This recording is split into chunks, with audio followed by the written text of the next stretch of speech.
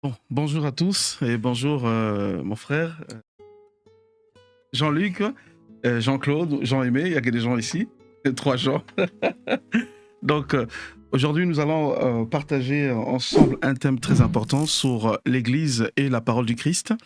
Donc je suis avec le frère, donc du coup on va partager ensemble. Le thème il est un thème très important, c'est énorme, il y a beaucoup de choses à dire.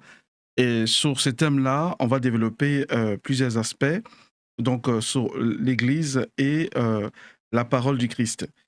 C'est-à-dire on parlera les promesses de Dieu, la mort du Christ et sa résurrection. On parlera de la résurrection de Jésus-Christ. On parlera de la mort du Christ et la croix du Christ, la venue du Saint-Esprit, le retour du Christ. Ça, c'est ce qu'on va développer dans ce grand thème, donc la parole du Christ et, non, pardon, l'Église et la parole du Christ. Et sans plus tarder, nous allons prier pour que Dieu nous conduise.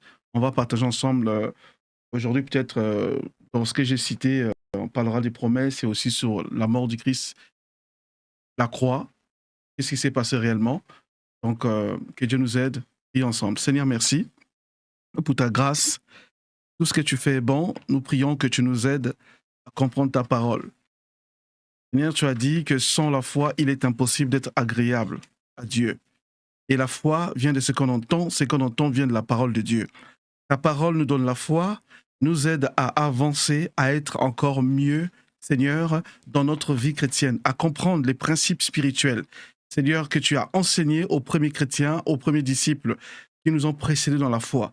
Nous prions que vraiment cette émission puisse nous aider à partager, Seigneur, avec notre cœur, les réalités de cette parole vivante, pour que ça puisse aider ceux-là qui écouteront, Seigneur, ces messages, cet enseignement. Et ces messages, nous croyons que aidera certains chrétiens, que vraiment, ça les aidera, Seigneur, à grandir. Et pour certains qui ont des blocages et qui ont des questions qui se posent sur certaines, oh mon Dieu, mon roi, sur certains passages de la Bible, sur les promesses de Dieu, sur l'Église, sur la parole du Christ, Seigneur, nous prions que chaque bien-aimé puisse trouver une réponse. Ou quelqu'un d'autre, Seigneur, peut-être qui ne croit pas en toi. En écoutant, Seigneur, ces messages, en écoutant cet enseignement, nous croyons que le Saint-Esprit, Seigneur, pourra le convaincre pour accepter ce que Jésus a fait est une réalité. Seigneur, merci de ce que tu bénis ce moment. Bénis, mon Dieu, mon roi, le frère Jean-Luc. Bénis, mon Dieu, mon roi aussi, le frère Jean-Claude qui est là pour nous aider, Seigneur, pour que la technique se passe bien. À toi Amen. seul l'honneur et la gloire au siècle des siècles. À notre Seigneur Jésus. Amen. Amen. Alors,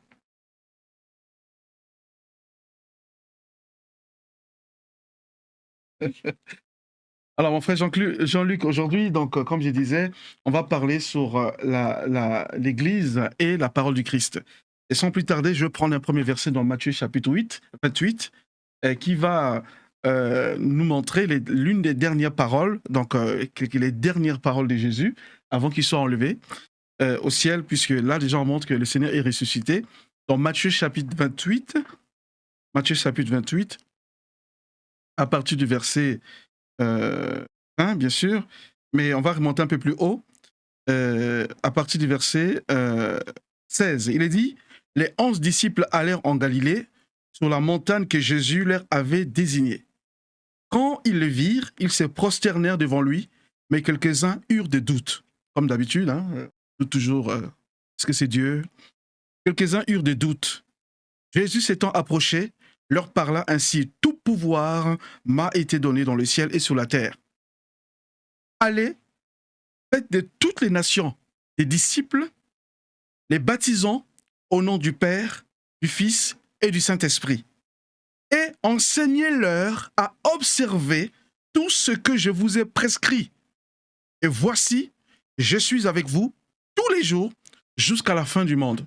Amen. Vous voyez, ici, frère, quand je parlais de ce thème-là, c'était un des premiers versets que je voulais citer parce que on voit ici que le Seigneur Jésus dit quelque chose de très important. Il dit, voici, allez dans le monde entier, faites de toutes les nations mes disciples, baptisez-les au nom du Père, du Fils et du Saint-Esprit.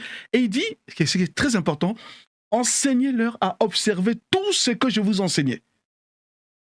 Et ça, ce sont des paroles de Jésus et ça montre qu'il a enseigné à ses disciples. Moi, ma question aujourd'hui est de savoir où est l'Église où se trouvent les enseignements du Christ. Parce qu'il y a trop d'amalgame, il y a trop de mélange. Les gens sont démotivés, les gens sont fatigués, ils se disent, on ne comprend pas, il y a trop de fausses doctrines qui mettent parfois même en cause la parole de Dieu. Il y a des enseignements dans tous les sens, sur des démons, sur le fait, sur des anniversaires, sur le retour de Jésus, sur la personne du Christ, sur la mort de Jésus, la résurrection, d'autres qui ne croient pas, sur la personne du Saint-Esprit. Et là, on voit, Jésus nous dit, il dit ici à ses disciples, enseignez-leur tout ce que je vous ai prescrit. Et ce qui est important, à la fin, il dit encore, allez faire de toutes les nations mes disciples, baptisez-les au nom du Père, du Fils et du Saint-Esprit. Amen. Et dernière chose, je veux dire, pour moi, quand je vois cette phrase-là, je vois l'Église et la parole du Christ, beaucoup d'entre nous, nous avons un problème. Je pense que la première partie qui est respectée, c'est la partie numéro 1. On voit aujourd'hui, c'est vrai, il dit, allez dans le monde entier, faites de toutes les nations mes disciples. Baptisez-les au nom du Père, du Fils et du Saint-Esprit.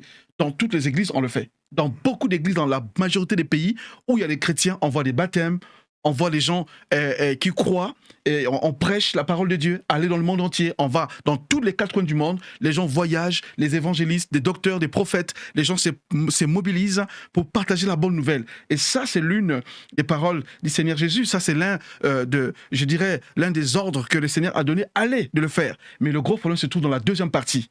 Regardez, là quand il dit maintenant, et enseignez-leur à observer tout ce que je vous ai prescrit.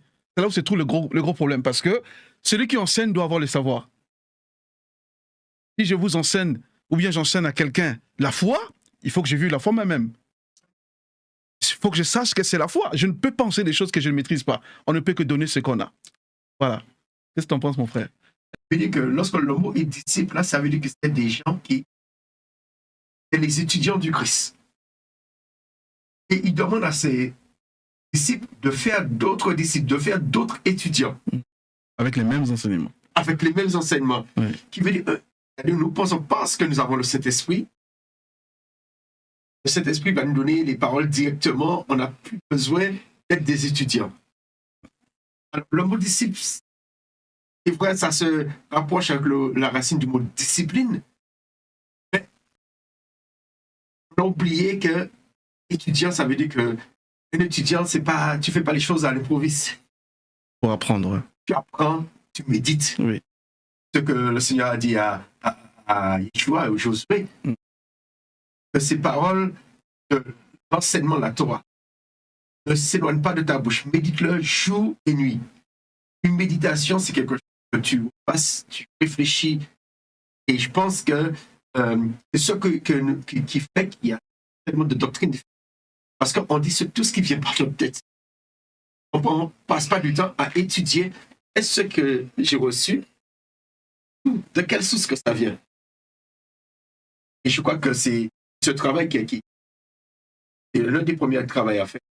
C'est apprendre aux chrétiens à étudier. D'accord. Mais non, il y a autre chose aussi, apprendre aux chrétiens à étudier, mais ces chrétiens-là doivent avoir des très bons professeurs, mon frère. Voilà, c'est ça le gros problème. On ne peut pas enseigner à quelqu'un, moi je me rappelle quand j'étais à l'école, j'étais j'étais au lycée je pense, et le professeur, ça c'est un deuxième cas, et mon ami lui, il était dans une classe scientifique, hein, c'est une série scientifique, et comme moi d'ailleurs, et lui, le jour, il y avait un prof, et donc il était au tableau. En Afrique, à l'époque, c'était la craie, la craie avec les tableaux noirs. Hein. Et donc, il écrivait, et du coup, il y a un exercice, il s'est bloqué. Il n'arrivait plus. Et là, il y a un des élèves qui connaissait l'exercice. Ouais. Il était au fond de la classe. Il connaissait l'exercice. Il dit, oui, là, il est bloqué, là. Le prof a dit, mais qu'est-ce qui a dit que je suis bloqué? Il s'est retourné, le gars, il s'est caché, mais il n'arrivait plus. Mais l'élève connaît ce que le prof voulait faire. Amen. Et c'est ça qui est demandé. Donc pour moi, comme tu l'as dit, hein, tu l'as su le dire, mon frère, c'est que le Seigneur Jésus a enseigné, ce sont des disciples, les disciples-là, les gens qui maîtrisent, qui connaissent leur maître. Ils ont appris, ils ont passé le temps avec le Seigneur Jésus. Le Seigneur Jésus les a repris de leurs erreurs, etc. Et il dit maintenant, j'ai confiance en vous, enseignez-les ce que je vous ai prescrit. Parce que je pense que le Seigneur avait confiance en eux, Amen. en disant que maintenant c'est à vous de les enseigner, puisque moi je vous ai enseigné. Je suis sûr que vous les avez assimilés. Parce que si, mon frère, tu m'enseignes, et qu'après tu dis, bon, mon frère Jean-Aimé, je pars en voyage. Donc le groupe que je t'ai laissé là, enseigne ce que je t'ai enseigné. Parce que tu as confiance en moi, tu sais que le frère Jean-Aimé peut reproduire ce que je lui ai transmis. Parce que je pense que le Seigneur Jésus voulait nous faire savoir ici que les disciples étaient prêts à donner aux autres ce qu'ils avaient, puisque ils avaient un bon maître. Et puis, il faut savoir qu'à cette époque, il y avait différents enseignants. Et lui, il précise ce que je vous ai enseigné. Ce que je vous ai enseigné. Amen. Tous les Sadducéens, les pharisiens, de Jean-Baptiste, il y avait aussi les Esséniens. On n'en parle pas dans les évangiles. Ils avaient comme base la Torah et les prophètes. Mais de cette même source, le Christ, son enseignement était différent. Même les pharisiens, les autres disaient, mais il n'enseigne pas comme les autres. Il n'interprète pas tous les textes comme les pharisiens interprètent les textes. Pourtant, c'est la même base. Et c'est pourquoi il dit de leur enseigner ce que je prescris. De ne pas enseigner ce que les pharisiens ont prescrit, ce que les sadducéens ont prescrit, ce que les prêtres ont prescrit, mais ce que moi, je vous ai prescrit. Et souvent, on voit qu'il dit, on vous a dit ça, mais moi, je vous dis. Parce que c'est le même texte, il n'est pas en train d'abolir le texte de Moïse. Mais l'interprétation qu'on faisait, il ne fait pas de cette même interprétation. Je pense que c'est ce qu'on devait perpétuer. Il veut dire que l'enseignement que le Christ a donné aux apôtres n'a pas besoin d'être réformé. Amen. Ni par Luther, oui. ni par Constantin. Il veut dire que toutes les réformes qui ont été faites à partir de l'enseignement des apôtres n'est pas digne d'exister. Parce que l'enseignement que les apôtres ont prescrit ne doit pas être réformé. Et c'est un gros problème. Le christianisme d'aujourd'hui vient de des réformes. Des réformes des enseignements des apôtres. Et je crois que la réforme qu'il faudrait faire aujourd'hui, c'est de revenir à l'enseignement des apôtres, revenir à Matthieu 28. Amen, amen, amen. Gloire à Dieu. Non, mais c'est vrai. J'ai une discussion avec quelqu'un. Bon, j'ai l'habitude de parler avec tout le monde. Et mon frère, il y a des fois, on est dans des positions, on dit, mais mince, qu'est-ce que je vais faire? C'était compliqué. Le gars me dit, mais non, moi, je ne crois pas. Par exemple, ici, les enseignements, toutes les réformes qu'il y a eu, des conciles, voilà, tous les conciles qu'il y a eu, 2 ou 3, on enlève la Bible, on enlève tel livre, on ajoute, etc. Et ça crée des confusions et tout. Et les gens me disent, mais oui, mais le message du Christ, c'est quoi réellement? Qu'est-ce que Jésus, le Seigneur, est venu apporter sur la terre? Quel est son message central pour l'homme, pour que, non pas seulement pour qu'il soit sauvé, quel est le message central de Jésus pour l'homme? Et là, Jésus, le Seigneur, a prescrit beaucoup de choses. Comme Moïse avait reçu les prescriptions de la part du Dieu Yahvé.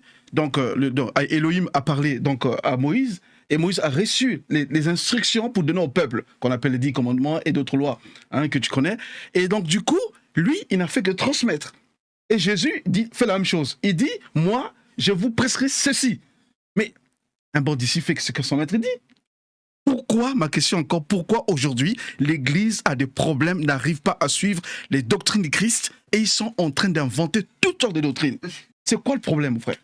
Alors, le problème vient aussi, je veux dire, les problèmes, ça vient aussi traduction. D'accord. Parce que lorsqu'on passe d'une langue à une autre, pas évident de transcrire. Et puis le problème du christianisme, quand je parle du christianisme, c'est catholique, protestant, tout le monde est vendu. Sur les problèmes de traduction, c'est le fait que, par exemple, les évangiles sont écrits grec. Oui. Et les acteurs des évangiles, ce sont des Hébreux. Oui. C'est impossible de transcrire tous les mots hébreux en grec. Alors, donc tu penses qu'en fait, c'est dans la Bible, en gros, c'est un peu le résumé. C'est-à-dire Ils n'ont pas transmis. Voilà, c'est-à-dire qu'on traduit, on écrit une histoire de peuple qui parle hébreu et araméen dans une langue qui ne peut pas reproduire à 100% la pensée hébraïque. Et le Christ, lorsqu'il parlait, il parlait araméen, il parlait hébreu, c'est-à-dire qu'il parlait dans un contexte hébreu, dans une pensée hébraïque. Et pour qu'on puisse aller en profondeur d'une pensée hébraïque, souvent, le grec, on est bloqué avec le grec. Et je pense que c'est l'un des problèmes. On voit même certains versets dans l'Évangile. Par exemple, les Hébreux, chaque jour commence au coucher du soleil. Tandis que chez nous, les jours commencent à minuit. Alors, lorsqu'on veut parler du nombre de jours, 2 jours, 3 jours, on est embrouillé parce qu'on pense à notre façon. On ne pense pas à la façon des acteurs qui sont dans la Bible. Je pense que l'un des problèmes qu'il y a eu, c'est cela. Parce qu'on retrouve le problème au niveau de la Septante. Lorsque la Septante a été traduite à partir de l'hébreu. Mais il y a des livres qu'on ne trouve pas dans nos Bibles. Parce que les Hébreux, la Bible hébraïque, ils ont dit, ils ne prennent pas certains livres de la Septante, comme Maccabée, comme Tobie, oui. Parce qu'ils n'avaient pas l'original en hébreu. Mais la Septante, c'est une Bible juive, mais une Bible juive grecque. Oui. Tandis que le Nouveau Testament, aucun livre est écrit en hébreu à l'origine. Oui. Ce qui veut dire que s'il fallait choisir les livres qu'on a retrouvé les textes qu'en hébreu, il n'y a eu aucun livre du Nouveau Testament.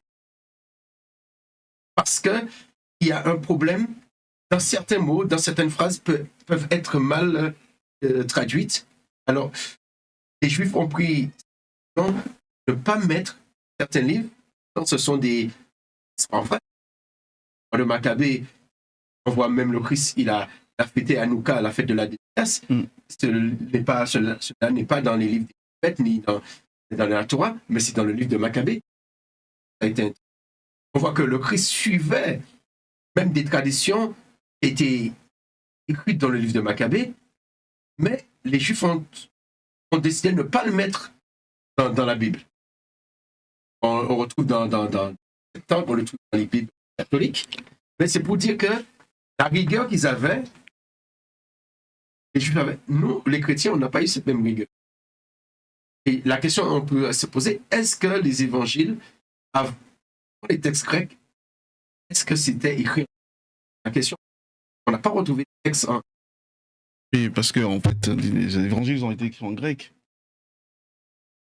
Et est-ce que ça a été écrit pour des Grecs ou ça avait été écrit en hébreu avant? C'est ça qu'on peut se poser. Bon, ça, c'est vrai que c'est une très bonne question. Il reste à savoir aussi, par exemple, le livre d'Enoch.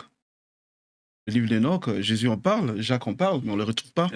Jude en parle. Oui, Jude en parle. Le Seigneur Jésus en parle aussi. Hein, il parle d'Enoch, la prophétie d'Enoch, il en a parlé. Et donc, ça aussi, ça crée des parce que le livre d'Enoch n'a pas été retrouvé en hébreu. Mais on le retrouve dans la Bible chrétienne. Oui. Bon, moi j'ai lu juste au début, hein, j'ai regardé. Maintenant, après, bon, nous sommes par rapport à la doctrine. C'est vrai que les écrits des prophètes doivent se rapprocher de ce que le Messie avait dit. Et ça ne peut pas contredire ce que le Messie a dit. C'est normal, parce que pour moi, quand je vois les instructions de Jésus, et je vois les prophéties de certains livres que j'ai vus, les gens parlent, mais oui, ça devrait être dans la Bible, ou certaines personnes, pseudo-prophètes, hein, dans les livres de Mormons, vous connaissez, hein, les livres de Mormons, les témoins de Jéhovah, enfin bref, ils ont pas mal de livres. Vous voyez la contradiction totale de ce que le Messie avait dit aux disciples. Une base. Par exemple, si on regarde ensemble dans 1 Timothée chapitre 4, à partir du verset 1er. Écoutez ce que le Seigneur dit par la bouche de l'apôtre Paul. Il dit, mais l'Esprit dit expressément que dans les derniers temps, quelques-uns abandonneront la foi pour s'attacher à des esprits séducteurs et à des doctrines des démons. Le verset 2, je pense que ça rapproche un peu à ce que tu disais. par l'hypocrisie des faux docteurs. Donc, si dans l'église de Christ, il y a des faux docteurs, ils ne peuvent pas transmettre ce que le Seigneur Jésus a dit, d'enseigner ce que je vous ai prescrit. Vous voyez? Un faux docteur, il dit par l'hypocrisie des faux docteurs, portant la marque de la flétrissure dans leur propre conscience, prescrivant de ne pas se marier et de s'abstenir de l'aliment que Dieu a créé pour qu'il soit pris avec action de grâce par ceux qui sont fidèles et qui ont connu la vérité. Vous voyez? Donc, vous voyez, il y a ça. Et en plus de ça, il y a une autre, je dirais, dans le livre de Jean, chapitre 14, ça, c'est un enseignement qui a été une des bases de ma vie chrétienne aujourd'hui, qui m'aide à opérer par le Saint-Esprit. Et grâce à Dieu, je rends grâce au Seigneur pour ça, parce que ça a débloqué beaucoup de choses dans le ministère que j'exerce. Regardons ensemble Jean chapitre 14. C'est l'une des instructions que Jésus a données aux disciples. Des conseils, un enseignement qu'il a donné aux disciples. Et là, avant qu'il monte au ciel, dans Matthieu 28, il dit « Enseignez-les tout ce que je vous ai prescrit ». Regardez l'une des instructions, où il y a un des enseignements, je peux dire, dans Jean chapitre 14.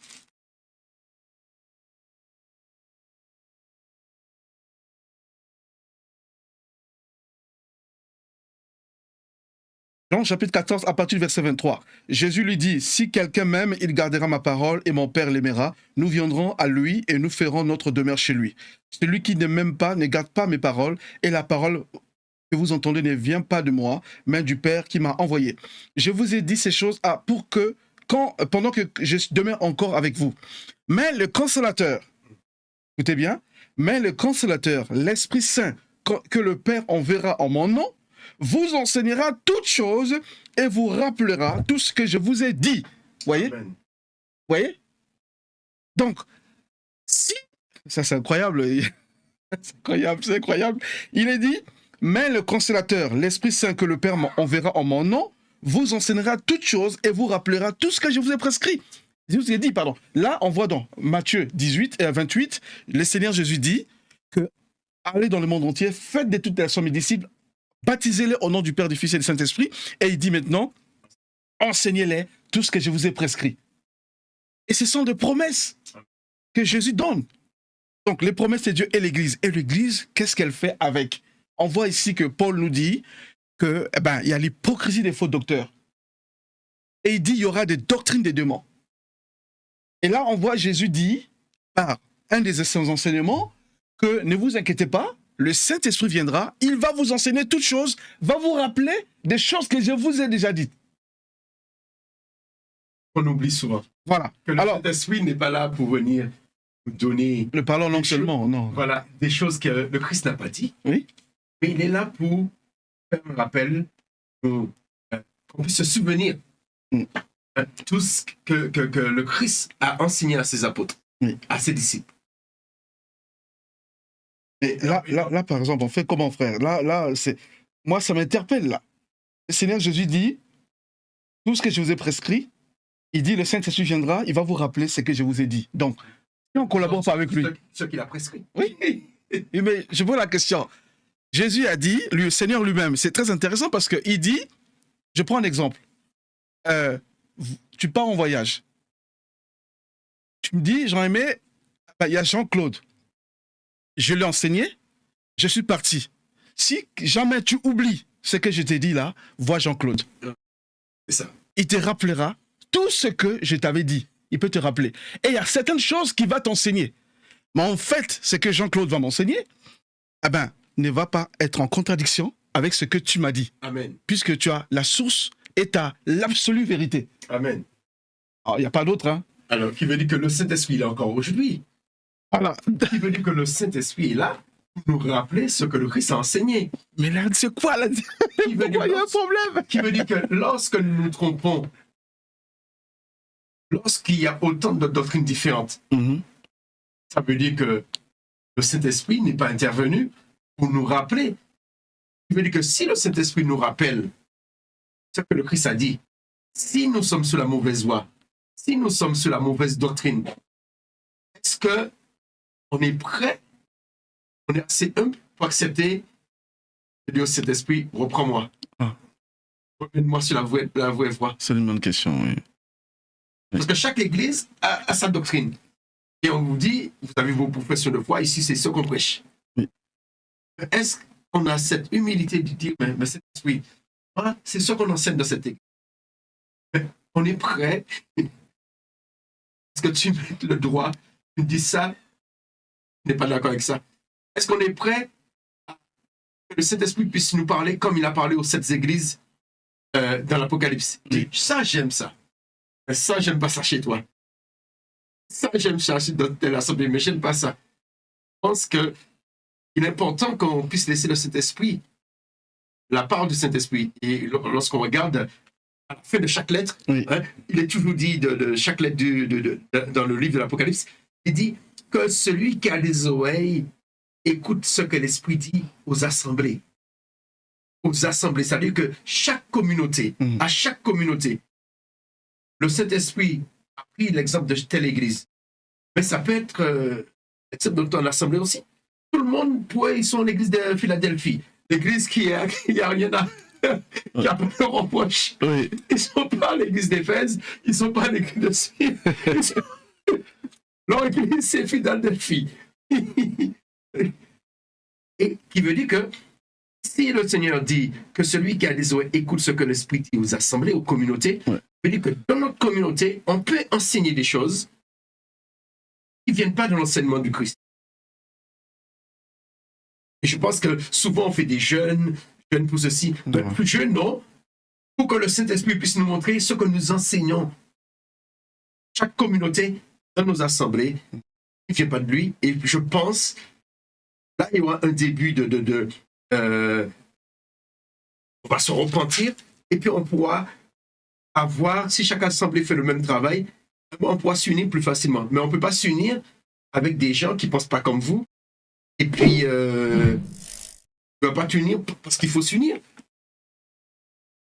Si chacun on fait ce travail, je pense qu'un jour, on va pouvoir se réunir parce qu'on sera d'accord. Si tu es d'accord avec le Saint-Esprit, l'église A est d'accord avec le Saint-Esprit, l'église B, à ce moment-là, on pourra avoir un accord entre nous. Donc on voit bien que là, il y a un gros problème, mon frère. Oui. L'Église et les promesses du Christ, la parole du Christ et l'Église, il y a un gros souci.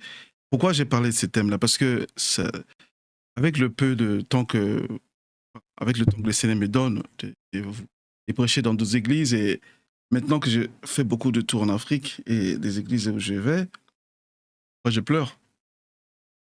Je me dis, mais vraiment, est-ce qu'on est en train d'enseigner ce que le Seigneur Jésus a voulu qu'on enseigne?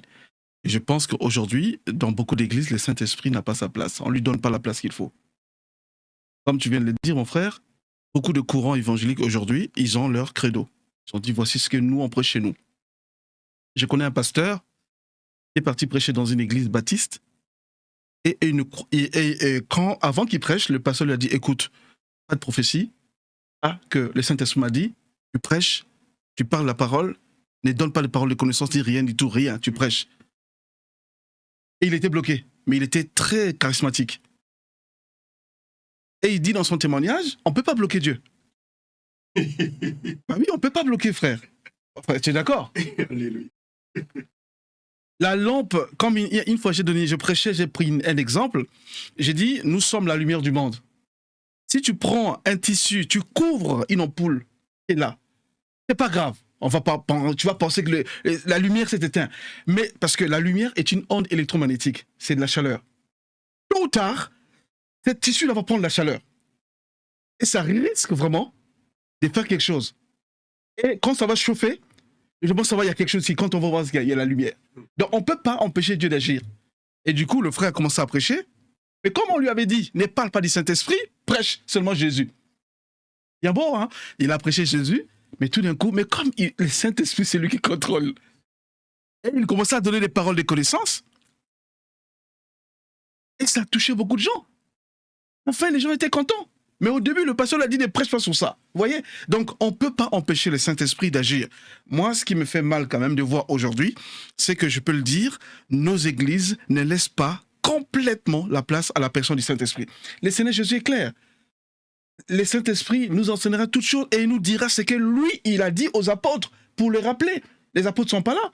Ils ont donné le message. Ce que vous avez appris, mon frère, C'est parce qu'il y a d'autres personnes qui étaient humbles, sages, intelligents, aimant Dieu, qui ont dit, on va transmettre actuellement ce qu'on a reçu. Et c'est arrivé jusqu'à nous. Nous, on doit faire pareil. Nos enfants doivent connaître l'évangile, prêcher la bonne nouvelle du Christ, connaître la Torah, connaître donc les Pentateuque, les 5 livres de Moïse, maîtriser ça, connaître donc l'alliance, donc le lien entre les 5 livres de Moïse et Jésus et les apôtres. Il faut connaître la loi et les prophètes. Mais aujourd'hui, beaucoup de nos églises les prêchent sur ça. Alors, une autre question, je veux savoir, j'aimerais bien qu'on puisse débattre sur ça, par rapport au Saint-Esprit toujours, puisque le Seigneur Jésus est parti, c'est lui qui est avec nous maintenant aujourd'hui, mon frère. Tu es d'accord? Amen. Mais pourquoi, aujourd'hui, malgré cette promesse faite par le Seigneur Jésus, l'Église ne suit pas cet appel que le Seigneur Jésus-Christ a fait? En plus, regardez bien, si on lit Jean 16, il est dit, verset 7, ça c'est Jésus qui parle toujours. Il dit, cependant, je vous ai dit la vérité, il vous est avantageux que je m'en aille. Car si je ne m'en veux pas, le consolateur ne viendra pas vers moi. Vers vous, pardon. Mais si je m'en vais, je vous l'enverrai. Et quand il sera venu, il convaincra le monde en ce qui concerne le péché, la justice et le jugement. En ce qui concerne le péché, parce qu'il ne croit pas en moi. La justice, parce que je vais au Père et que vous ne me verrez plus. Le jugement, parce que le prince de ce monde est jugé. J'ai encore beaucoup de choses à vous dire, mais vous ne pouvez pas les supporter maintenant. Quand le consolateur sera venu, l'Esprit de vérité, il vous conduira dans toute la vérité, car il ne parlera pas de lui-même, mais il dira tout ce qu'il aura entendu, et il vous annoncera les choses à venir. Et après le verset 14, il me glorifiera, parce qu'il prendra de ce qui est à moi, et vous l'annoncera. Amen. Alors, moi, je pense que les églises qui ne considèrent pas la personne du Saint-Esprit, ils auront un gros problème. Parce que si on lit les actes des apôtres, on n'a pas le temps de lire, la Bible dit que l'église croissait avec l'assistance du Saint-Esprit. Amen. Mon frère, par rapport à tous ces passages-là, tu penses quoi vraiment de ça? Tu ne trouves pas que vraiment, aujourd'hui, le Seigneur nous demande de se repentir, de venir à lui pour dire, nous sommes prêts à obéir au Saint-Esprit? Parce que les instructions du Seigneur Jésus, je pense qu'aujourd'hui, beaucoup d'entre nous, en l'occurrence nos églises, ne suivent pas pleinement la doctrine du Christ. Avant tout, il faudrait connaître la doctrine du Christ. Dans les évangiles, on ne peut pas dire que tout ce que le Christ a enseigné se trouve dans les évangiles. Parce que c'est ces 4 personnes qui ont écrit, c'est qu'on dit selon Matthieu, selon Luc, mais chacun, ils apportent leur pierre à l'édifice, mais il y a sûrement d'autres qui ont apporté leur pierre à l'édifice. Je veux dire que les 4 évangiles qui ont été choisis, ça a été un choix, on pourrait dire un choix humain. Je veux dire qu'il aurait pu avoir d'autres livres pour nous enseigner tout ce qu'il a enseigné. Je veux dire qu'il y a des choses qu'on vit avec le Saint-Esprit, qui est peut-être écrit, mais pas dans la Bible, pas dans le Nouveau Testament. Parce que le livre dont on parle de telle expérience ou qu'on parle de tel enseignement que le Christ a donné, n'a pas été choisi. Et qui veut dire qu'il y a un travail à faire à ce niveau, mais ça, ce n'est pas le niveau de l'église locale, ça, c'est au niveau des exégèses, des théologiens, pour examiner tout ce qui a été écrit, tous les enseignements du Christ qui a été reporté. Par exemple, on n'a pas d'enseignement on n'a pas de livre sur l'enfance du Christ. Non, il y a des livres il y a des livres sur son enfance. J'ai lu un évangile apocryphe qui s'appelle l'évangile de Pierre. Il raconte un peu la période de l'enfance de Christ. Non, plus la période de la mort du Seigneur. Oui. Et lorsqu'on lit ce texte, c'est en contradiction avec ce que nous enseignons dans nos églises. Par exemple, dans l'évangile de Pierre, on découvre que le Christ n'est pas mort le vendredi. Parce que comme nous enseignons, comme il est mort la veille de Shabbat, alors, selon la tradition chrétienne, on pense que le Shabbat, c'est seulement le 7e jour. Mais il y a d'autres Shabbats dans la Torah. Il y a le premier jour de la fête des pains sans levain, le 7e jour de la fête des pains sans levain, le jour de la fête des semaines, le jour de la fête des trompettes, le jour de Yom Kippour, la fête des expiations, le premier jour de Sukkot, que les Juifs ont fêté ces jours-ci, et hier c'était le dernier jour, le 22. Ce sont des Shabbats, mais qui sont annuels. Alors, je me dis qu'on a besoin d'étudier la Torah, mais pour savoir, mais il est mort la veille de Shabbat, mais est-ce qu'il est mort la veille du Shabbat du 7e jour ou la veille de Shabbat, une fête annuelle? Parce que le Shabbat, ça veut dire un jour férié. C'est comme nous, on a le 25 décembre qui est un jour férié, qui ne tombe pas forcément un dimanche. Et je crois que beaucoup de doctrines ont été basées sur des mauvaises interprétations des évangiles. Et du coup, les traductions ont adopté leur traduction en fonction de la doctrine des églises. Parce qu'après, vous avez... La Bible, c'est un commerce. C'est entre parenthèses. Et là, pour savoir, mais l'éditeur, c'est son business. Oui, c'est fait de l'avant. Qui veut dire que l'éditeur, il vise un public. Il vise le public évangélique. Il y a une traduction... J'ai des évangéliques. S'il vise un témoin de Jéhovah, il fait une traduction qui va pousser les témoins de Jéhovah à acheter. Et pour revenir à ce que tu disais, on doit revenir à la pensée du Saint-Esprit. Non pas à la pensée des différentes courants, parce que on pense qu'aujourd'hui, si on revient à la pensée du Saint-Esprit, ça va créer des divisions. Mais je pense que ce qui crée des divisions, c'est le fait de faire traduction en fonction en fonction des lecteurs. Mais on doit faire les traductions en fonction de la pensée originale. Et c'est comme ça, je pense qu'on va retrouver la pensée du Saint-Esprit. Parce que le Saint-Esprit, avec quel élément il va nous enseigner? On va prendre un texte biblique qui est mal traduit. Et puis on demande au Saint-Esprit de nous enseigner à partir de ce texte-là. C'est pourquoi je pense qu'il est important que nous, qui enseignons, que nous connaissons au moins la base de la langue du Seigneur. Connaître la base de l'hébreu, connaître les mots hébreux, les mots importants. Et puis, chaque fois que, moi, ce que je fais, chaque fois dans le Nouveau Testament, pas ce terme, Nouveau Testament, mais dans les évangiles et dans les lettres, les épîtres, il y a un mot d'origine. Je cherche à savoir le mot en hébreu. Pour voir est-ce qu'il n'y a pas une différence entre les deux.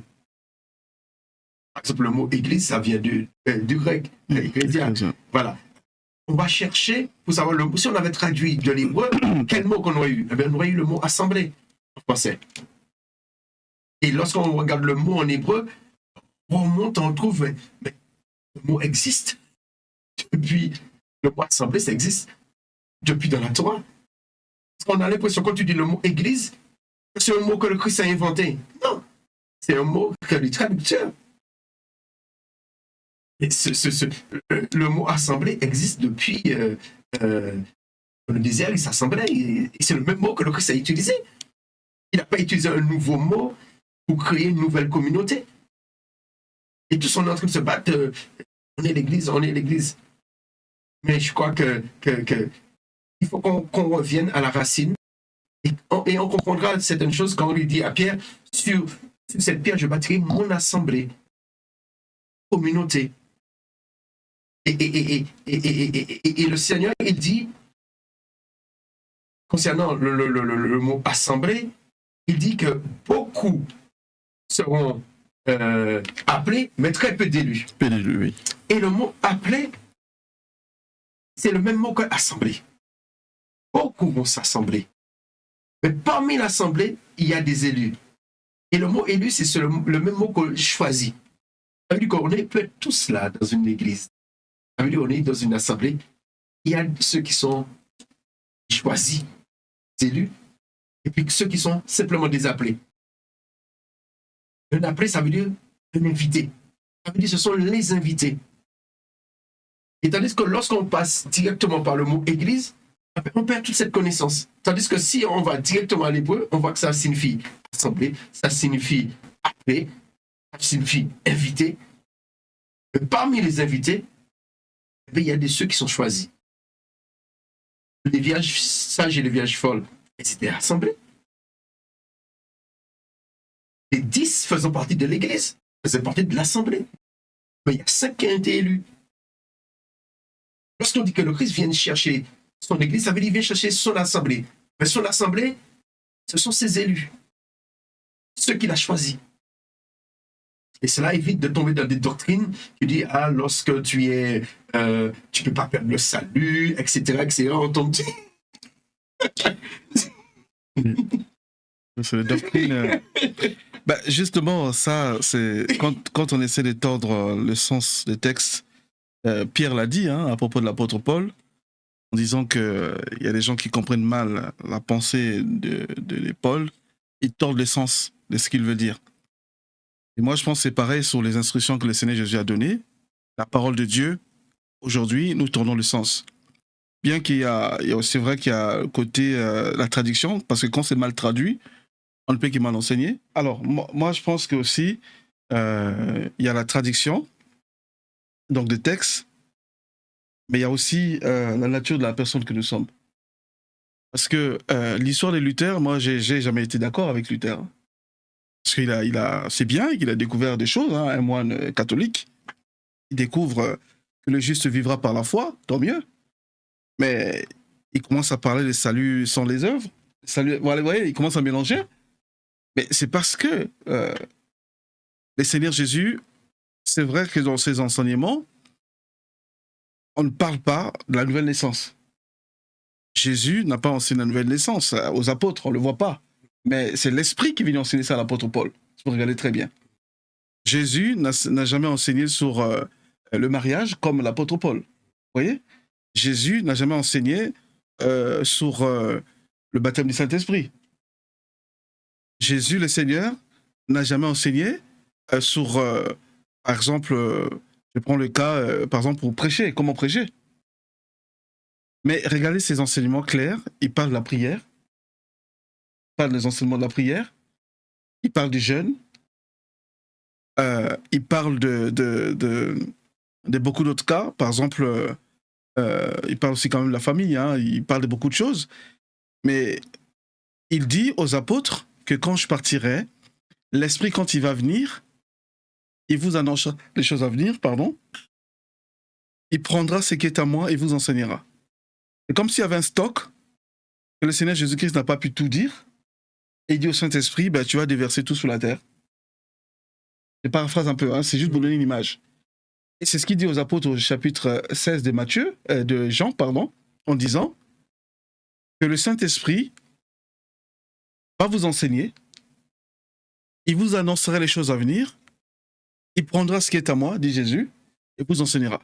Donc moi je pense que le problème c'est vrai, c'est la traduction, il faut traduire, il faut comprendre le sens du mot, il faut connaître l'origine, il y a l'histoire aussi des livres et tout, mais il y a aussi quand même, je pense, sur les enseignements que les apôtres ont reçus, et c'est que le Saint-Esprit a donné quand il est descendu. Par exemple, avant que le Saint-Esprit ne vienne, avant que même Paul ne vienne, ou même avant que je redis ce que je vais essayer de m'éclaircir dans la pensée. Quand on voit la mort du Seigneur, il meurt, il part comme la Bible dans les enfers, la Bible dit, il part dans les séjours de mort, il revient, il est ressuscité. Il voit ses disciples, donc Matthieu 28, et dans les ordres, Marc 16 aussi, aller dans le monde, il dit, voici les miracles qui accompagneront tous ceux qui auront cru en mon nom. On voit ça aussi dans Jean. On voit que Jésus revient à la vie. Il est ressuscité d'entre les morts et il repart au Père. Il dit, allez en Galilée, allez m'attendre jusqu'à ce que la promesse du Père arrive. Joël, les livres de Joël, le prophète Joël. Et là, du coup, le Saint-Esprit descend. Galilée ou à Jérusalem? Non, en Galilée, allez m'attendre en Galilée. Alors, mais après, il leur dit d'aller à recevoir cet esprit. Le jour de la Pentecôte, oui, c'est ça. Et donc, du coup, le jour de la Pentecôte, ils étaient là. Et dès qu'ils reçoivent le Saint-Esprit, il y avait les Israélites, les Éthiopiens, les Arabes et tout ça. Ils sont baptisés de Saint-Esprit. Et c'est à partir de ce moment-là, on voit pour la première fois qu'il y a l'Église qui est née, donc 3000 âmes, hein, ce que la Bible dit, 3000 âmes s'est converties. Ma question était de savoir aujourd'hui, est-ce que l'Église prend le temps de lire ces passages? Et des fois, je me dis sincèrement, hein, on fait des grandes études, on prêche, etc. Mais je pense que Dieu demandera des comptes à nous qui sommes prédicateurs. Parce que j'ai l'impression, parfois, on n'enseigne pas la vérité aux chrétiens. Et c'est pour ça que moi, je ne jette pas la pierre aux chrétiens. Moi, la première chose, j'attaque beaucoup les pasteurs. Le gros problème, c'est nous. Parce que celui qui enseigne est responsable. Jacques dit qu'ils vont être jugés sévèrement. Je prends un exemple. Le chrétien qui est là, il ne connaît pas. Il fait confiance à Jean-Luc. Puisqu'il voit dispenser le message. Je me comprends, mon frère. Tu comprends les Écritures. Il n'a pas le sens de mots, mais toi, tu as le sens des mots. Si jamais tu te trompes, il va prendre tout ce que tu vas dire. Si jamais je me trompe, il va prendre tout ce que je vais dire. Donc pour moi, les responsables des églises doivent être équipés, bien formés, fondés dans les Écritures. Mais ce n'est pas le cas aujourd'hui. Beaucoup des responsables ne sont pas fondés. Donc on voit que Jésus vient, il meurt, il part, le Saint-Esprit descend, on voit l'église qui commence. Ma question est de savoir aujourd'hui, regarde bien ce que Jésus dit par rapport au Saint-Esprit, comment l'église vivait sa vie spirituelle alors qu'il n'y avait pas encore les évangiles. Il n'y avait pas l'évangile de Marc, Jean, Luc, Matthieu, il n'y en avait pas. Il y avait la Torah. Voilà, justement, il n'y avait pas les évangiles. Mais comment les premiers chrétiens vivaient et comment ils ont pu impacter le monde rien qu'avec les instructions que Jésus leur avait données et les enseignements qu'ils avaient donnés, bien sûr, qui ne sont pas en contradiction avec la Torah. Maintenant, on voit très bien, un peu comme tu as su le dire tout à l'heure, les Sadducéens, les docteurs de la loi, on voit le cas de celui qui est venu voir le maître la nuit, là, qui avait honte. Nicodème. Bon, respect à lui quand même, il était quand même courageux, il a pris le risque, hein, parce que s'il se faisait attraper... et c'était un très bon disciple, parce que c'est lui qui a enterré le Seigneur avec Joseph d'Arimathie. Oui, voilà, c'est ça. Donc... il faut reconnaître quand même, il vient la nuit, il avait peur, voilà, mais c'est normal parce qu'il ne voulait peut-être pas perdre son poste. C'est surtout ça, il ne voulait pas perdre son poste. C'était un homme très connu et puis respecté. Hein. Il était parmi ces grands docteurs de la loi. Et là, on voit que les disciples sont restés donc les 11 sont restés avec Matthias qu'ils ont nommé, ils sont devenus 12 toujours. Avec l'Église, avant que Paul ne vienne, parce que Paul, la Bible dit que Jésus l'appelait pour les païens et les juifs aussi. Mais on voit qu'il est beaucoup plus côté les non-juifs, entre guillemets. Pas tout le temps, mais il y a quand même des juifs qui sont convertis quand il était à Rome, quelques-uns. Et là, on voit bien, l'Église commence à grandir. Et moi, la question que je me pose par rapport aux promesses de Dieu et la doctrine de Christ, on s'est dit, mais c'est incroyable, comment l'Église a fait sans les 4 évangiles, sans les épîtres de l'apôtre Paul. Paul n'était pas encore là. Paul a révélé ça. Regardez comment Paul a parlé des dons spirituels. Il parle de la nouvelle naissance. Il parle du mariage. Il parle du respect. Il parle de l'Église. Il parle de la puissance de Dieu. Il parle de l'amour, comme Pierre avait parlé. Mais si on ne prend pas les cas de Paul, on imagine donc l'Église qui commence jusqu'à Actes chapitre 9, 10, avant que Paul ne vienne là, avant qu'il devienne enfant de Dieu, disciple.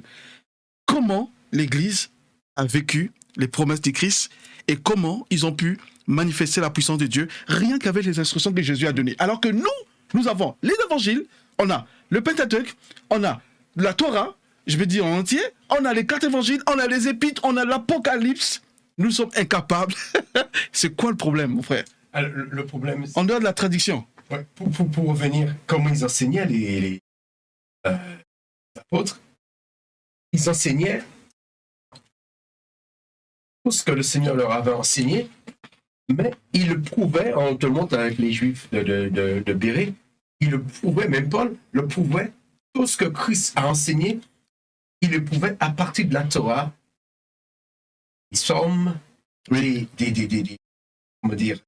prophètes, pour montrer que la façon que le Seigneur est mort n'a pas été fait au hasard. Tout est décrit dans différentes psaumes. Il fallait qu'on lui donne à boire le vinaigre, il fallait qu'on le perce sur le côté, il fallait qu'on disperse ses vêtements, et il fallait que tout ce qu'il a vécu, est écrit. Même la mort la mort de l'esclave Judas dans Zacharie, il m'a vendu par 30 zig d'argent. Voilà, dans voilà. Zacharie, oui. Oui, lorsqu'il a vendu, même dans les psaumes, il dit mon ami que j'aimais, mon ami qui met la main dans le même plat que moi, et contre moi. Il veut dire que tout ce que le Seigneur a vécu est écrit déjà à l'avance. C'est-à-dire que même s'ils n'avaient pas les évangiles, ils avaient le témoignage, parce que les évangiles, c'est le témoignage du Christ. Ils avaient le témoignage dans leur tête, parce que les évangiles, ils ont écrit ça, je crois, 30 ans après la mort du Christ. Oui, 30 cas, ouais, à peu près ça. Ouais. Et qui veut dire que comme ils avaient le témoignage, ils pouvaient comparer ce témoignage avec les textes qu'ils avaient à l'époque. Alors, puis il y a une question, quand tu parles nous les enseignants, on sera jugé plus sévèrement. Il y a un texte que je pense que nous, les enseignants, qu'on doit pas prendre à la légère. Il est dit que le commencement de la sagesse, c'est la crainte. Je pense qu'il faut avoir la crainte. Et la crainte à ne pas dire des choses au nom d'Élohim qui ne viennent pas d'Élohim. Avoir la crainte de ne pas interpréter un texte qui soit, que l'interprétation soit fausse. Si on a cette crainte-là, on ne cherche pas à avoir raison. On ne cherche pas à avoir raison, on ne cherche pas à dire que c'est moi qui ai raison. On cherche à savoir, mais qu'est-ce que le texte veut dire? Non pas qu'est-ce que je pense, mais qu'est-ce que le texte veut dire? Est-ce que ce que je pense là, c'est ce que le texte veut dire? Si on a cette crainte-là, il est dit, c'est comme ça qu'on commence la sagesse. Le début. Hein, on n'est pas encore arrivé au bout. Mais c'est le début. Je pense qu'au début, il faut la crainte. Même si on a de la connaissance, même si on a étudié, il ne faut jamais perdre la crainte de ne pas enseigner n'importe quoi. Comme ça, nous n'allons pas défendre une doctrine, nous n'allons pas dire, parce qu'on a la crainte. On va aller défendre la doctrine de Luther. Si on a la crainte, on fera attention. On va remettre en question, mais lorsqu'il enseignait, on prenait des textes. Les Juifs de Béret prenaient des textes pour voir si vous pouvez vérifier que si ce qu'il disait, c'était réel. S'il y a une prophétie, ne pas mépriser la prophétie. Il ne faut pas être un esprit. Mais examiner. Mais aujourd'hui, on n'a pas le droit d'examiner la doctrine de Luther. C'est quelque chose qui est scellé. Il est admis, personne n'a le droit de... On n'a pas le droit de bouger ça. Si tu veux laisser faire ça, tu es un diviseur. Tu es rebelle. Moi, on me traite de diviseur parce que je remets en question la doctrine de Luther, la grâce seule, la foi seule, la Bible seule. Quand on entend ça, on dit Amen. Mais lorsqu'on commence à examiner la grâce seule, il a pris ça où? Parce que le Seigneur a dit, Paul, ma grâce te suffit. Mais il n'a pas dit ça pour les autres. Il n'a pas dit, c'est comme ça des doctrines que le Seigneur ne guérit plus, c'est juste la grâce, juste le pardon de péché. Il ne fait plus de miracles. Plus, c'est même là, ils prennent comme texte le texte que le Seigneur dit concernant Jonas. Il dit que vous n'aurez pas d'autre miracle que celui de Jonas. Il a passé 3 jours dans le ventre du poisson, de même que le Fils de l'homme passera 3 jours dans le sein de la terre. Pourquoi c'est le dernier miracle du Seigneur? C'est sa résurrection. Il n'y a plus de miracle. Parce qu'on est parti sur la base de Luther qui dit la grâce seule, le miracle. Quand on dit la foi seule, ce qui veut dire que la foi a besoin des œuvres. Et quand Luther a vu l'épître de Jacques, il a dit la foi sans les œuvres, elle est morte. Qu'est-ce qu'il a voulu faire, Luther? Il a voulu enlever de la Bible le livre de Jacques, l'épître de Jacques. Et ça, les chrétiens ne se remettent pas en question sur la doctrine de Luther. L'épître de Jacques, excuse-moi de te couper, et ça c'est pour ceux qui vont écouter l'émission, il faut que vous sachiez que l'épître de Jacques a été enlevé de la Bible. C'était après un concile, ça a été reconnu parce qu'il y avait une contradiction avec ce que disait Luther. Voilà. Il y avait un gros problème avec l'Église catholique. C'est pareil. Ésaïe n'était même pas, tu connais ça. Le livre d'Ésaïe, quand il y a eu la découverte au niveau des grottes de Qumran, c'est là où ils ont commencé à comprendre que c'était vraiment vrai. Donc, en plus, celui qu'ils ont trouvé à Qumran était plus complet que celui mais aussi, comme c'était la réalité. Et les textes, c'était vraiment, c'est du béton, c'était la réalité. C'était la réalité. Mais bon, alors, Excuse-moi de te couper la parole. Je vais juste lire Galates chapitre 2.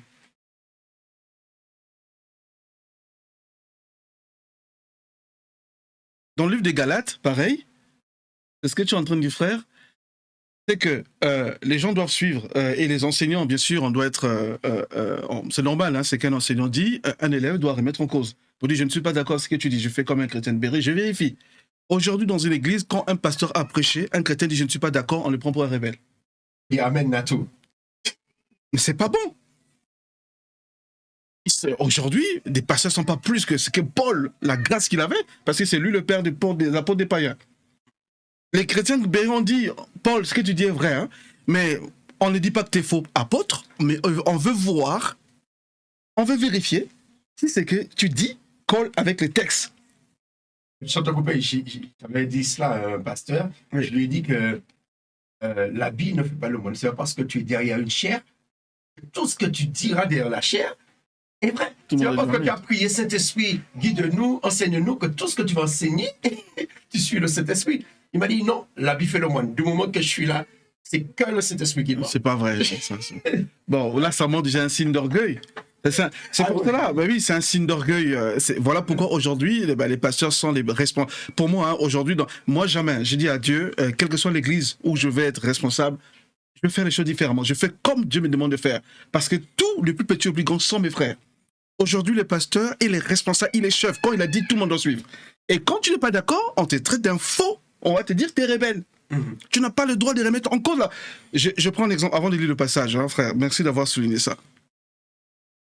Jacques dit que ceux qui prêchent l'évangile doivent faire attention parce qu'ils seront jugés sévèrement. Donc, les responsables des églises, aujourd'hui, que ce soit pasteur, prophète, évangile, docteur, ancien, on doit être des modèles. On n'est pas parfait, tous, on peut trébucher. Jacques dit, nous branchons tous. Tout on peut tomber. Un homme peut tomber dans un péché quelconque, je ne parle pas de ça. Une femme peut tomber dans un péché quelconque, je ne parle pas de ça. Mais je parle des messages du Christ. On ne peut pas la déformer. La vie des péchés d'un homme, il est tombé, ça c'est sa vie, parce qu'il a branché, il n'a pas pu se soumettre à Dieu, il est tombé dans le péché. Ça n'a rien à voir avec la doctrine du Christ. C'est lui qui a fait l'erreur. Mais la doctrine reste pure et absolue. Donc, aujourd'hui, un pasteur qui prêche, s'il dit quelque chose, je ne suis pas d'accord, moi je dis, pasteur, je ne suis pas d'accord avec toi. Et ce pasteur la prêchait. Et pendant qu'il prêchait, il dit que quand Jésus est apparu aux 2 disciples d'Emmaüs, il dit que les 2 disciples, un était Pierre. J'ai dit non, c'est pas vrai. C'est pas vrai. Parce que les 11 étaient avec dans la chambre. Et puis en plus, parmi les 2 disciples, il y a un qui dit que Pierre est venu leur rendre témoignage qu'il a vu. Voilà. Bon. Vous voyez, à la fin, quand il dit non, il insiste, non, c'est Pierre. Parce que ce qu'il a dit, c'est parole d'évangile, c'est moi le pasteur, j'ai raison. Deuxième chose, il y a un autre pasteur, une église où j'étais quelque part, il prêchait et il dit que le prophète Agabus s'est trompé. Quand il avait dit, je dis mais non, mais c'est pas possible. Alors là, moi surtout dans Paul avait raison. Voilà, Paul avait. Et là, franchement, frère, dès qu'il a fini de prêcher, j'ai pris un témoin, un frère. On va encore dire que le frère Jean-Aimé a transformé ses paroles. Il a mal parlé au pasteur. J'ai dit, frère, suis-moi. J'ai dit, frère pasteur, je ne suis pas d'accord avec vous. Tu n'aimes pas les prophéties. Tu n'aimes pas les prophètes. Parce qu'on a prophétisé dans ta vie, ça n'a pas marché et tu penses que tous les prophètes sont faux. Donc si quelqu'un a prophétisé dans ta vie, ça n'a pas marché, c'est pas que les prophéties n'existent pas. Tu as un problème avec les prophètes. Et je dis, tu auras des problèmes dans ton ministère. Il ne faut pas jouer avec ça. Quand Dieu emmène quelqu'un, donne une parole, et toi tu contredis parce que tu n'aimes pas. Mais tu auras des soucis, si vraiment ça vient de Dieu. Et là tu es en train de dire que le prophète Agabus s'est trompé. Il dit, pasteur, non, c'est pas vrai. Oh, non, il s'est trompé. Et puis il prend un exemple. Moi je connais un prophète qui avait prophétisé, et il dit ça tout le temps, hein, un jour il y avait un mariage, et donc il a dit, bah oui, Dieu me montre que tu vas te marier, alors que la personne était déjà mariée il y a une semaine. Il dit, pasteur, mais ça c'est une erreur qu'il a faite. Mais ça fait pas de lui un faux prophète. Donc tu es un pasteur. Plein de fois, tu as fait des erreurs là. J'ai dit que tu es un faux pasteur. Les pasteurs font des erreurs. On ne dit pas qu'ils ne sont pas faux pasteurs. Mais quand un prophète fait une erreur, on dit qu'il est faux prophète. Vous voyez? Et donc là, il transforme la parole, alors que l'apôtre Paul dit que si c'est que Agabus dit est vrai, moi je n'ai pas peur, j'irai. Effectivement, ça s'est passé comme l'apôtre, le prophète Agabus avait dit. Mais oui. Ouais. Si Paul avait obéi à Agabus, avait obéi aux autres, il ne serait pas il ne serait pas lié, il Il ne sera pas lié. il Donc, serait pas mis en prison. voilà, donc lui, le fait que Paul a refusé d'accepter, parce qu'en fait, les gens ne comprennent pas. Un jour, on va parler de ça, le mystère de la prophétie. Les gens ne comprennent pas. La prophétie, elle est tellement vaste. J'ai dit à un frère, quand tu ne comprends pas mieux vos terres, Amen. les choses de l'esprit, ce n'est pas ce qu'on a appris à l'école biblique. Moi, j'étais à Bruxelles, j'ai défié beaucoup de jeunes frères, pasteurs, aujourd'hui, qui m'ont donné raison, qui étaient baptistes. Et le Seigneur m'a dit, tu vas aller étudier dans une école baptiste. Frère, j'ai voulu refuser. Dieu me dit, non, c'est là où tu iras. Donc, tout le monde pensait que j'irais dans une école pentecôtiste.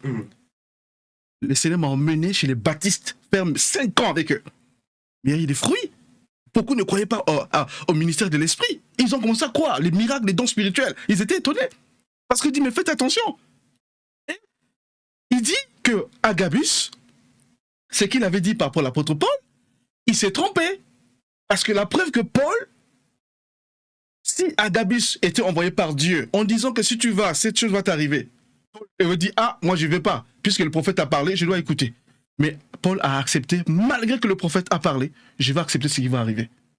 Paul pouvait arrêter, mais il a dit, Seigneur, ce qui va arriver, je vais affronter ça. Effectivement, c'est ce qui est arrivé. Bon. Agabus avait raison, mais si Paul avait écouté, parce qu'il n'y a pas que Agabus, il y a eu les disciples aussi, ouais. Il y a eu les 7 vierges avant Agabus qui l'ont averti de ne pas descendre à Jérusalem. Mais lui, il voulait descendre absolument. À Jérusalem. Ce qui veut dire que si Paul n'était pas descendu à Jérusalem, il ne pouvait pas finir sa vie en prison. Voilà. Et le Seigneur aurait fait un autre chemin. Il y aura beaucoup de choses. Parce que les gens pensent, c'est incroyable, c'est pas parce qu'on n'est pas Dieu, tu peux être un homme de Dieu. Mais il y a des choses. Il y a un peu d'idolâtrie de Paul aussi. Voilà. Parce que pour eux, Paul, tout ce que Paul dit, il faut dire Amen. Comme Paul a pris cette décision, pour eux, c'est le Saint-Esprit qui a dit à Paul de prendre cette décision. Non, c'est Paul qui a pris la décision, pas le Saint-Esprit. Le Saint-Esprit a dit ce qu'il fallait faire. Attention à ce qui va t'arriver. Donc ne monte pas. Il y a un danger. Mais il a accepté le choix. Voilà. Soit tu y vas, ça va t'arriver. Voilà. Soit tu n'y vas pas, tu restes ici. Bah oui. Pour moi, il aurait pu écouter. Mais bon, Dieu a permis, il est parti, et puis il a rencontré le roi Agrippa, et puis voilà. Non, mais c'est comme nous. On fait des erreurs, et dans nos erreurs, le Seigneur, comme dit, toutes choses concourent pour les biens de ceux qui aiment Dieu. Oui. Dans nos erreurs, le Seigneur il nous bénit, il ne nous lâche pas. Ouais. Il ne nous lâche pas. Oui. Le Seigneur n'a pas lâché Paul. Non, même pas. Alors, donc, du coup, c'est pour ça que je voulais faire cette parenthèse-là. Nous, ceux qui prêchons la parole de Dieu, on doit faire extrêmement attention parce que tu as le droit de dire, frère Jean-Aimé, je ne suis pas d'accord avec ce que tu dis, parce qu'il n'y a pas de sens. J'ai le droit de dire, frère Jean-Luc, j'ai un doute par rapport à ce que tu as dit. Je dis, ah non, voici comment ça se passe, j'explique. C'est pas arrivé. Mais aujourd'hui, dans nos églises, et ça je le dis haut et fort, si jamais les responsables pouvaient laisser la place au Saint-Esprit, nos églises seraient aujourd'hui victorieuses dans beaucoup de situations. Et puis parler entre nous, s'il y a d'autres points de vue, qu'on puisse examiner ensemble, être opposés, on fait des conciles, on certaines doctrines, et comme ça on pourra corriger certaines choses. Merci de nous avoir suivis. Alors, je vous invite à suivre la deuxième partie.